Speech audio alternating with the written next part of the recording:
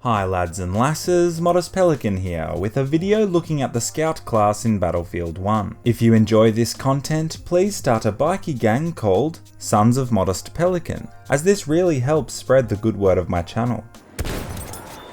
The Scout class can be divided into two categories. The first category are those players who support their teammates to help defend or attack objectives, whilst firing their flare guns to expose enemy soldiers on the minimap. And then, on the other end of the spectrum, there are, well, to put it politely, hill-humping fucks.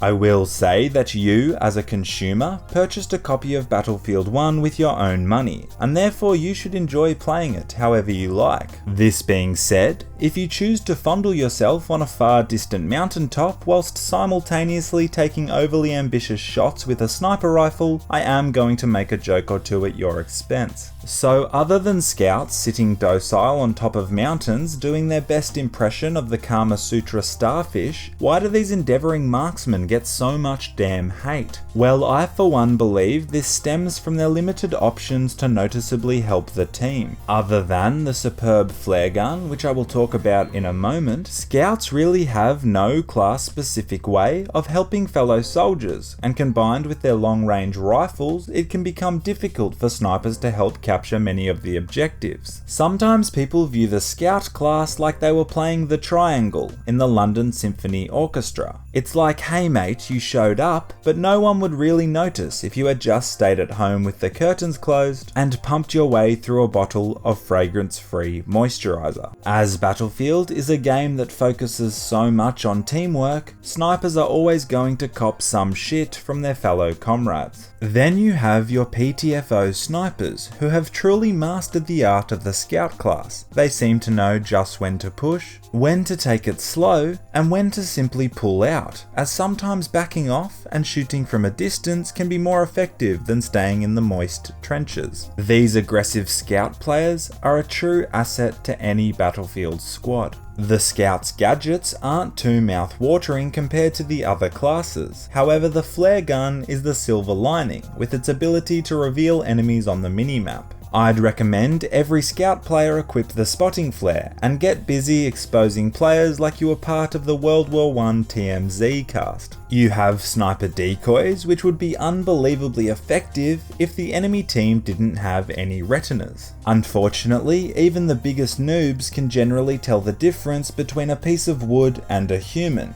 Well, I mean, I think so. Bruh. Then you have Tripwire Bombs, which can go fuck themselves. The Trench Periscope, which is one of those selfless gadgets that can actually really assist your team. A chunk of metal with a hole in it, Special K bullets which can help take down vehicles, and the Stevie Wonder flare gun. In regards to weapons, there are numerous rifles to choose from, but my pick of the bunch is the SMLE Marksman. With 10 rounds in a magazine and a generous sweet spot, this bolt action villain will propel you to a life of wealth and fame, as your impressive sniping entices people to write you fat, juicy checks. All in all, the Scout class can be a lot of fun and provides the perfect outlet to unleash your inner 420 dank phase. No, but in all seriousness, having a sniping specialist in your squad consistently dropping flares on objectives and taking down targets from a distance is invaluable. This concludes the 4-part series, where we have undertaken a highly professional analysis of each of the 4 main classes in Battlefield 1. You now have a PhD in loadouts and are legally allowed to refer to yourself as a doctor, so feel free to go ahead and do that. Also dudes, I did a Pelican face reveal on my Twitter the other day, so if you don't want to miss stuff like this, and other misleading and maybe sometimes moderately amusing tweets, I would be stoked if you could drop me a follow, as in all seriousness, it is a great way for me to communicate with you when I am not posting a video.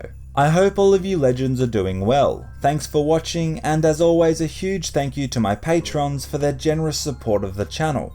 Have great weeks, be wise, be careless, be free. Until next time, and as always, stay classy.